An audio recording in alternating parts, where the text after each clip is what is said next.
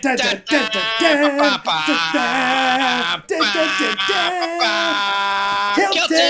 balls. Yeah. Woo! Man, I think we're just getting better and better. Listeners, when you're in the that's zone, a you're in the treat. zone. That's true. That's true.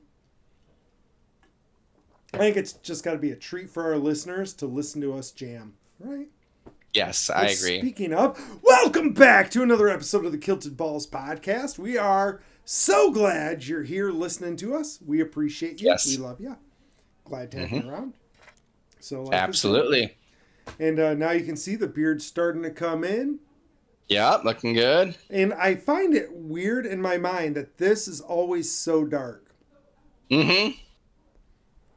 Like, why? Your stress didn't get up there. Your stress didn't get up there at all. No, that part was like totally taken care of. So it is what it is. Now your hair, I can't tell what's up with it. Like it's all slicked back. So here, let me take off my headphones. So anyone on now, I didn't do it correct, but I kind of did. But so I went and got my hair cut. Like I was like, okay, this is a new stage of life. I found a professional, like at like an official like salon. I mean, not that somebody at. We're not talking about great clips, but if you think of like a sports clips or something, are they up there? Like sports clips, I would consider like a step up, or like whatever. But anyway, you know me, I always go to a barber, right? Like if I had Reggie, I'd be going to Reggie. Yeah, so I found somebody. The business seemed cool. It's one of those. I don't know if they do those in Michigan, but it's like a bar, and you get your hair cut. So people like it. I mean, it's a fully stocked bar. Like the whole side of the salon is a bar, and then there's chairs on the other side. There's 2 locations. It was rated 5 on Google, so I was able to book an appointment on the Sunday, just a couple days ago before I started on Monday. And so I just went to the girl, and I was like, I'm starting a new stage of life. I'm starting a new job. This is my hair now. Whatever you think, whatever fits my face well, and this and that. So she styled it where it goes back, and I got some of the matte stuff and whatever. But you can see it's popping out now because it's later in the day. Yeah. But yeah, it's just something different, something I've never had. And she's like, okay, I feel your vibe. She's like, I've got something perfect for you. Nice. So, well, and when I got mine cut, it was similar where, they're the barbers I've been going to forever, right? Like they had missed me. I missed them. Mm-hmm. It's not a bar, but like often when I go in, they'll be like, hey, Paul, there's a beer in the fridge if you want one. And I'm like, sweet. Nice. Right? Mm-hmm. But like I came in and the guy started cutting it. And my wife's there because Cal's getting his cut. And he's like, listen, I know what you like and I know what to do. And I'm like, sure. And he goes, but Amy, what do you think of this? And she's like, that is perfect. That's so much better. And he's like, so I know it's not what you normally do. And I'm like, listen, all I care about is that she's happy. Like, I'm like, as I've told you guys before, I literally don't care about my hair. Yeah. I'm like, so whatever haircut she wants, I'm like, it's fine. Though I feel weird when it comes down and then I have like bangs. Yeah. So I'm like, that's this funny. Is normally when I would get it cut. Yeah. Is when it's this long. So, but whatever. So part of it too, I almost explained to her like, hey, I want something where if I want to wear my helmet and take my bike to work, I'm still going to be fine. But I just decided not to. I just wanted to leave it in her hands. Mm-hmm. And this is something I definitely could wear my helmet, and I think it would still look, very good. Speaking of your dark helmet, T doesn't know we're recording again.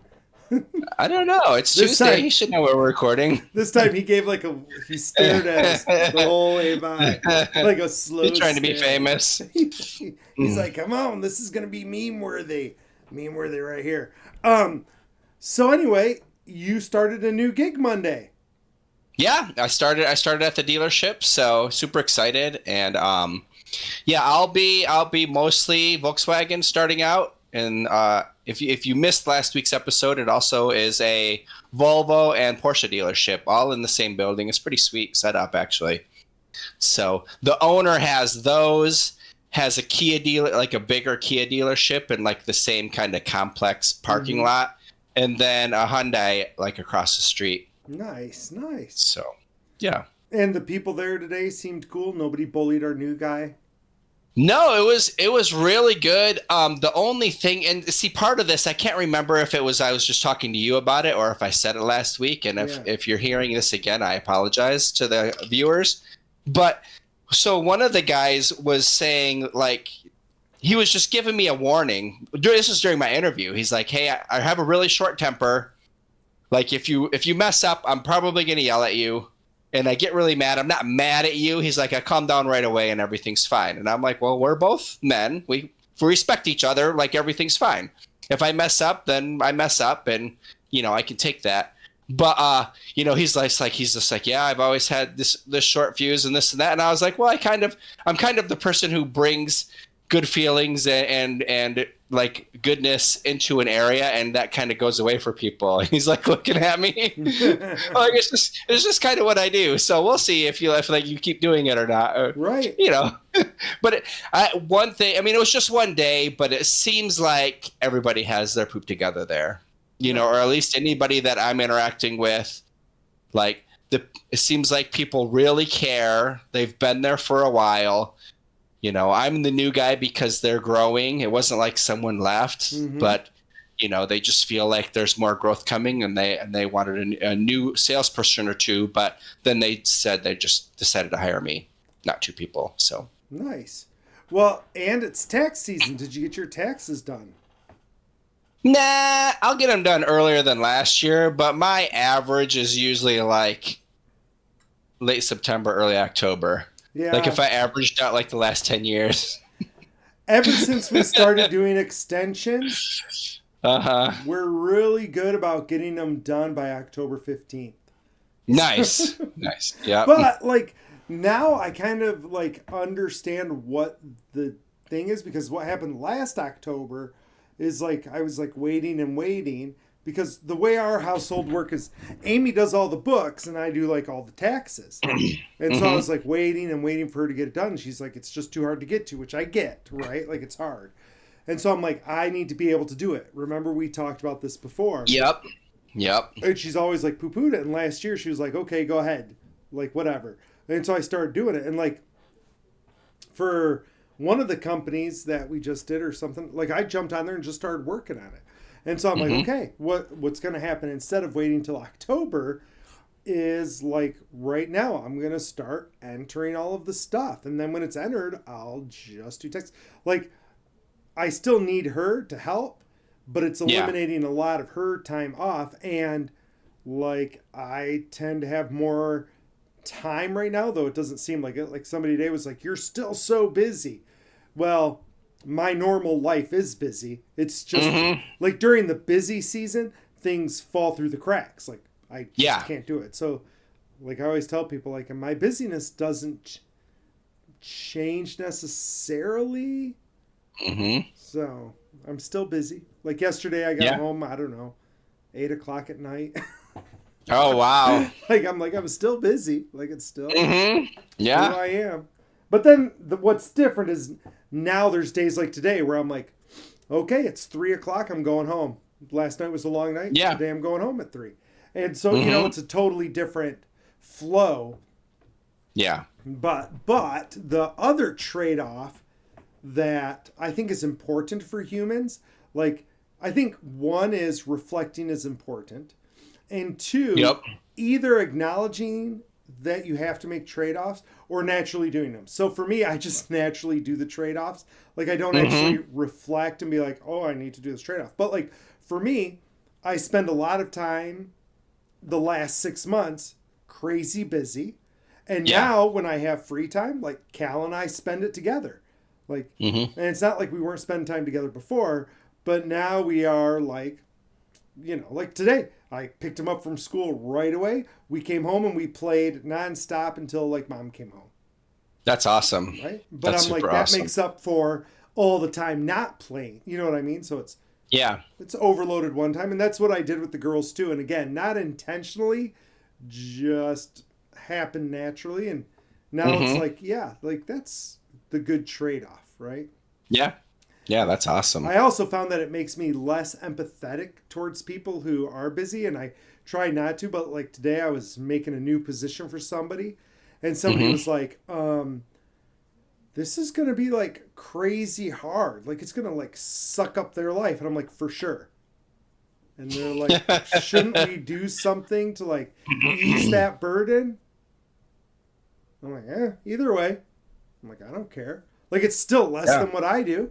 Like I'm like, I don't care. Like nobody cares how hard it is for me. So like, you know what I mean? I'm like, like I'm like, suck it up for a year. Get the job. You're like, done. I'm not worrying about it for him. No, like people either will get the job done or they don't, and you know, it's if you really want the gig, take the gig, and if you don't, then don't. If you want to go have Easy Street, go to Easy Street. Like, like that's the way it is. I mean, that's one of the things where Gina and I talked about before me deciding to get this job, because the automotive hours sales are a lot more. And I even talked about that when I was first going to Harley, like, oh, I'm glad I don't have car hours. Yeah. And now I do.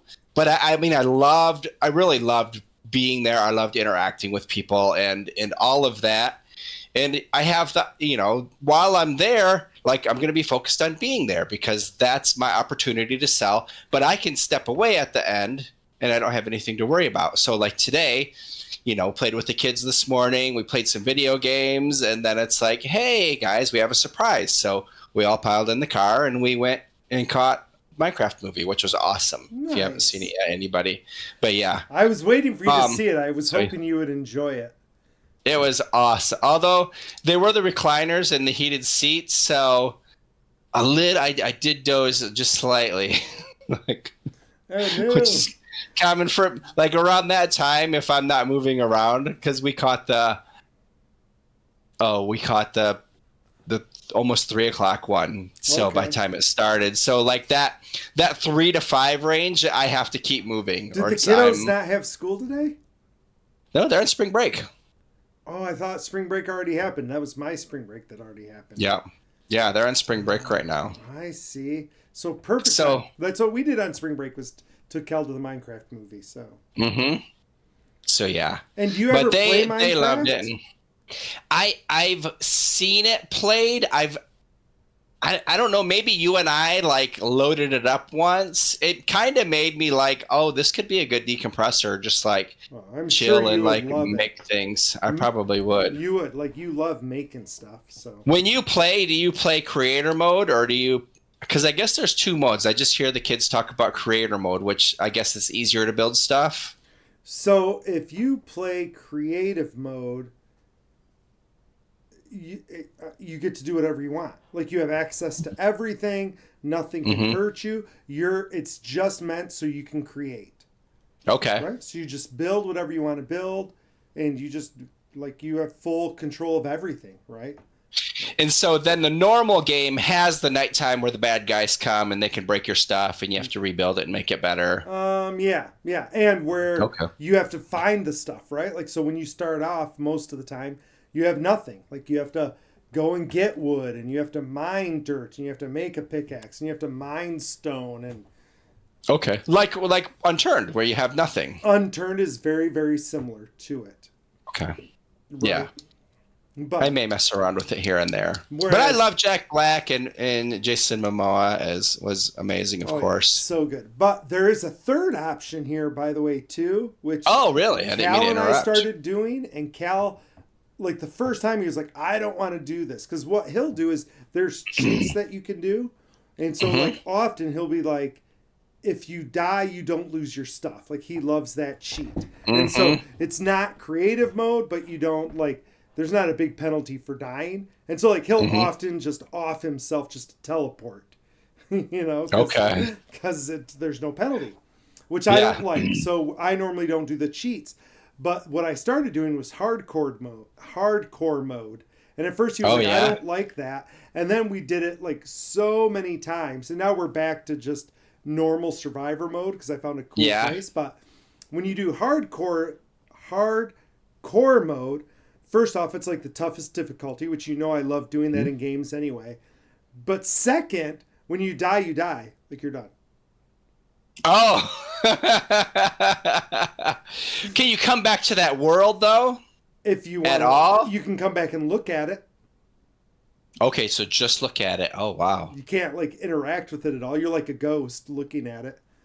Yeah. So like if you've like spent a lot of time doing stuff and you die, it's all gone, Hmm. right? Like it's Oh, like that's whew. hilarious. So but it's like you have to be really careful. And Hmm. the like for us, we're like we made it count our days for us, which is like something we were Hmm. told to do. And so like we're just like the first time was like we got to get to 5 days, and I was like we got to get to 10 days, and it made it more exciting.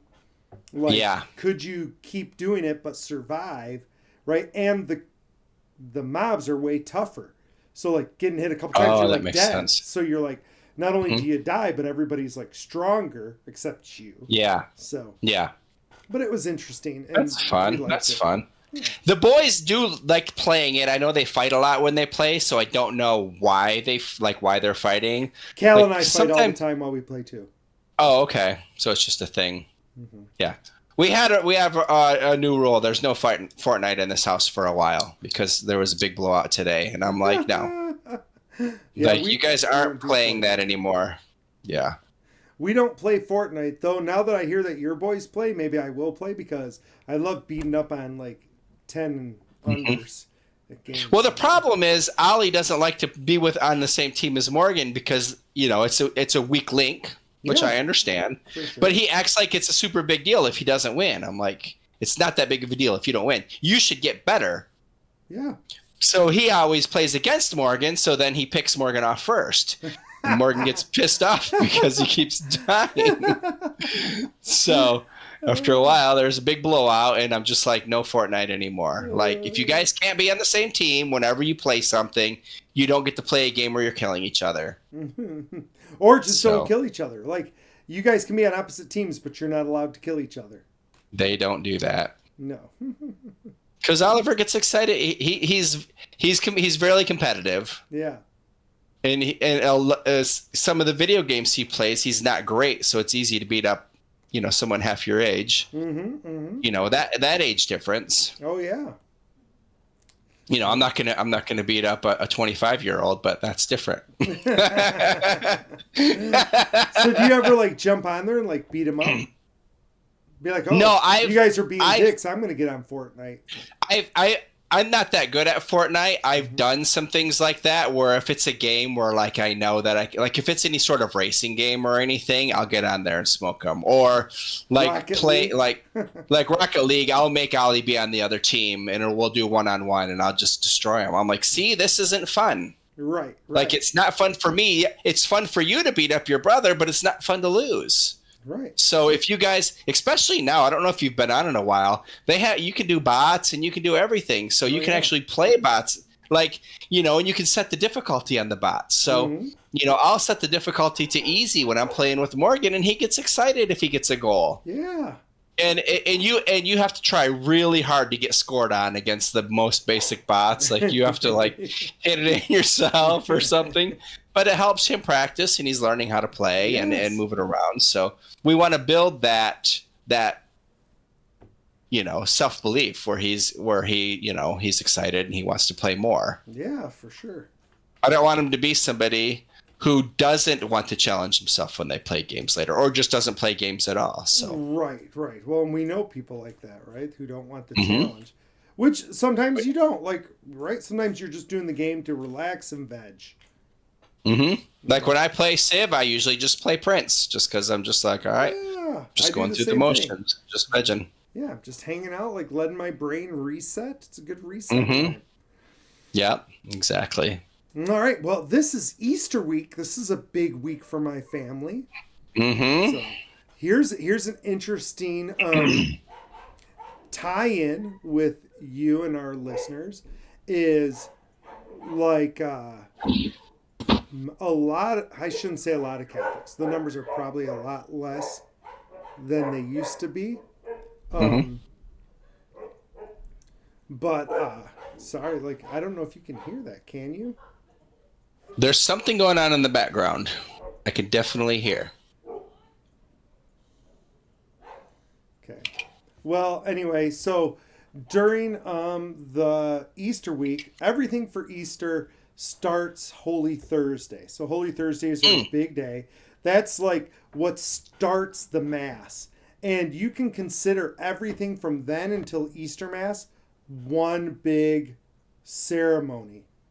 Okay. Right? Like it's one mass. Like Amy will always say, it's one mass from Thursday all the way through. She goes, it doesn't actually end on Thursday. It ends at the end of Easter Vigil. Mm-hmm. And because of that, like my mom would often, and I'd have to ask her about the specifics, but it's also a thing in the church where you fast starting on that Thursday all the way till you go to the Easter Vigil. So my mom will fast, the Friday all the way through the Saturday. So easily 48 hours plus, which we talk about fasting all the time. And I'm like, yeah, we don't fast. But then in reality, when that hits, so like Amy's like, ooh, I wonder if we should be fasting as we go through this. Or I wonder if we should do all of the services, because a lot of times we don't do all of these little ones, because she's going through the whole process. And so it's like, yeah, maybe we do. Like maybe we go to all those. Like I'm like, I'm not opposed. So it might be a good time. Might help us. I don't know. Yeah. So that's awesome. Yeah, it's you fun. have to update us next week. So she is funny because a huge contingent of my family's coming to the thing. And on Saturday-ish, I want to say, I was like, hey, is any of your family coming? Like, do they know what time it all starts? And she's like, I didn't tell any of them. Oh. Well. I'm like, why? And she's like, well, because it's super late. It's like a 3-hour service, blah, blah, blah, blah, blah. And I'm like, right. And we've had this discussion many times throughout our time together where I'm like, but don't you think they should be the ones making the decision, not you making the decision for them? And again, like this time, nope, I think I should be making the decision for them. And I'm like, okay, cool. Well, I'll tell them. And so then I get on like the group chat. I'm like, hey, just so you all know, no expectations that you go, but I want you to know that she's getting confirmed, and it's happening on the vigil, and if you're coming, let me know so I can reserve seats, because there's a lot of us, right? So, but I'm like, let them know, like they care about you. They're your family. But she's like. She's all embarrassed that my family's coming. I'm like, they care about you. They want to celebrate with you. Yeah. If I was closer, I would do that. Yeah. Like, I'm like, people. I've only ever been to one of those before. Yeah. Well, they're a good time. Yeah. Well, and Bob was like, he's like, oh, cool. So did you do the bloodletting and the sacrificing of chickens and all that? And she's like, oh, because I've been going so much, they only made me do like half of that.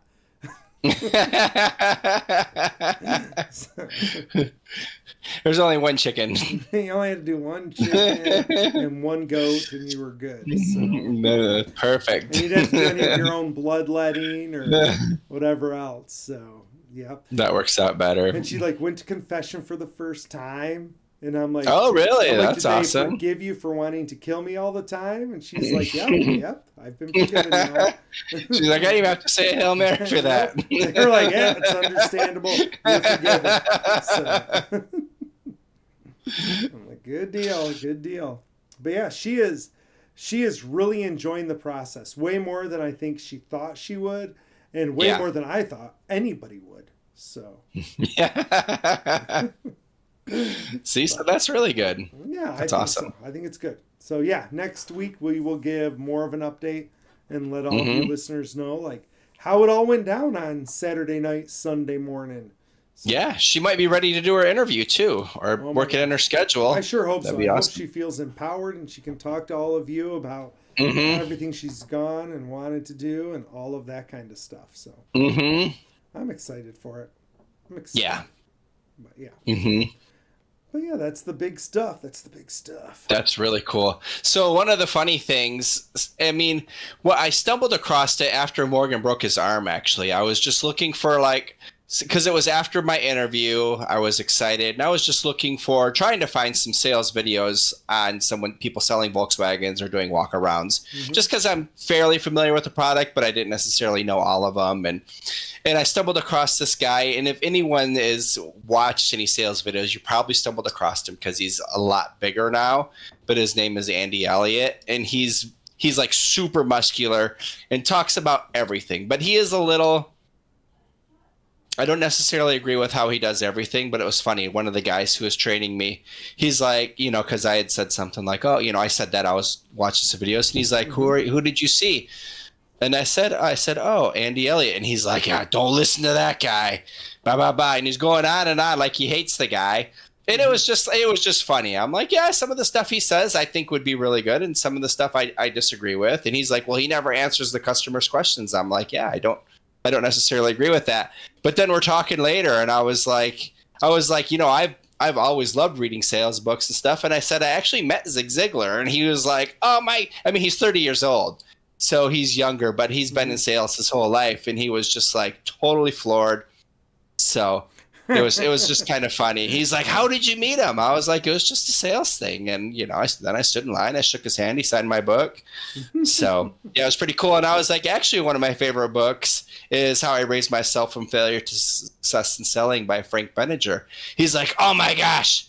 He's like, that's one of my top 5 favorite books. So I think like he wasn't too concerned that I was listening to Andy Elliott too much. I think I raised up in his yeah.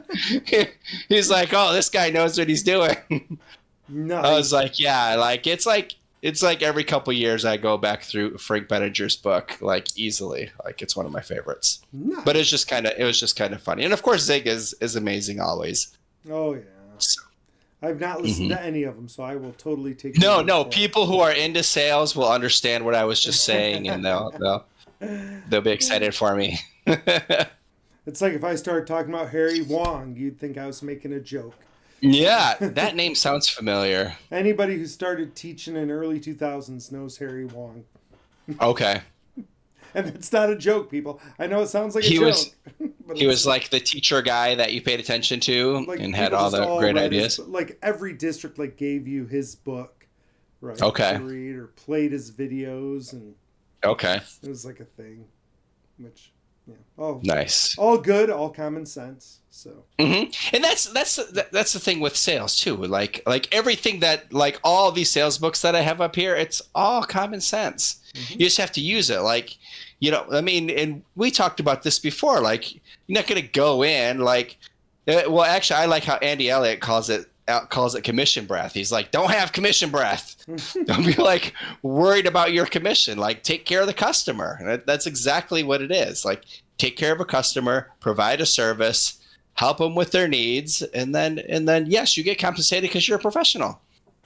I'm having one of those issues like right now, and like Amy today while I'm sitting there, I'm like, this guy.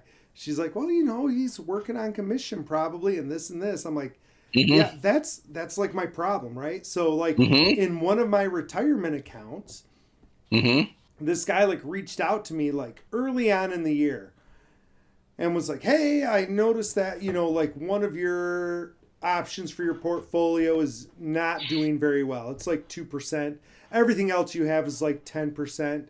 I wondered if we should like get together and like redistribute or whatever. And I'm like, you know what? Honestly, every few years you should do that. I probably haven't done it since I made that account. So yeah, I'm like, yeah, probably, but you're going to have to wait till I have free time. So, I'll get back with you. Right. And like a little bit goes by and he's like, hey, just to let you know, that company's not an approved vendor. So like, it's not going to work. And I'm like, how did that happen? He's like, what do you mean? How did that happen? I'm like, anything like that has to be cleared by me. I go, not just because of that. I go, just the overall picture. Nothing goes through that I don't like clear. So how could that be possible? He's like, oh, well, it probably happened on the back end and this and that and this and that. And I'm like, oh, so when I'm giving all my money, where's it going? Well, no, it's still going there. I'm like, you just said they weren't approved. So how is my money still going there?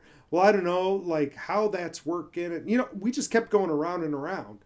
And I'm like, what you're saying doesn't make any sense to me. Time goes on. My busy season kind of gets less. And he's like, gets a hold of me. He's like, hey, so we really should probably do something. I'm like, yeah, I've done more research. I can now teach you why what happened. I took time out of my life to do your job. Right. And I'm like, and sure, let's meet. And so we finally get a meeting set. So now it's been what, 6, 7 months? He Mm-hmm. comes in, I'm swamped. Like there's people everywhere. We sit down and he starts like talking to me. I'm like, yep, cool. And I'm like, I don't understand why you have to meet with me. Everything should be online, everything should be modernized. He's like, well, I've got this stuff. And he gives me something, and I swear it was like at 6 font with like all of the things. I'm like, why are you doing this? And he's like, well, I like to sit here with the paper and like circle stuff for people and like point it out. I'm like, I go, I have no shot at reading that. I go, second, Mm-hmm. I already did this research online. Like, why are Yeah. you bringing it to me this way? Well, because of this and that. I'm like, whatever. And he's like, well, so do you want to go forward? And I'm like, yeah, probably. And he's like, well, okay, well, I'm like, don't talk to me. I go, we're done. That's the end of the meeting. I go, Yeah. your time's up. And, if you want me to do stuff, well, if you decide you got to go that way, like we've got to do this and this and this and paperwork. And I'm like, whatever. And so like he wrote me again and said, hey, where are we at? And I'm like, yeah, I'm down. I'm down to switch to whatever it is you're pushing versus the one I had that is now no longer an approved thing. Like, I don't care. I'm Yeah. like, yeah. And he's like, okay, well, I tried to call and like I can preload a lot of the stuff, but it's still going to take a half hour and an hour for us like sitting down and signing the paperwork. I'm like, buddy. You're like, leave it there.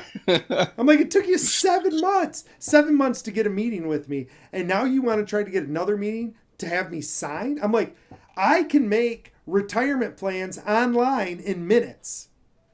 I'm like, why do you need a half hour to an hour of my time for me to sign a paper? I go, what that tells me is you're going to be trying to sell me different funds and different things when you should just be like, yeah, sign the paper. We'll take the money and do the thing, right? So, and that's when Amy's like, well, he's on commission and blah, blah. And I'm like, yeah, that's commission breath. Like, I'll just go online. And I wrote him, I'm like, the whole reason that most companies are switching to the company you're trying to sell me, because I do my research, I'm like, it's because they're modernized the system. You're wanting me to fill out paperwork. Yeah.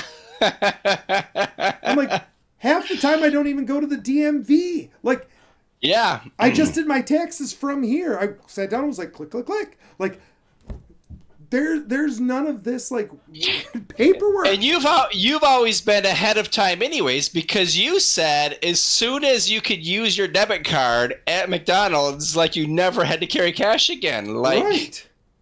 Like that's been known, and that was like a long time ago. So long ago. Which, by the way, I actually think I have cash in my wallet right now.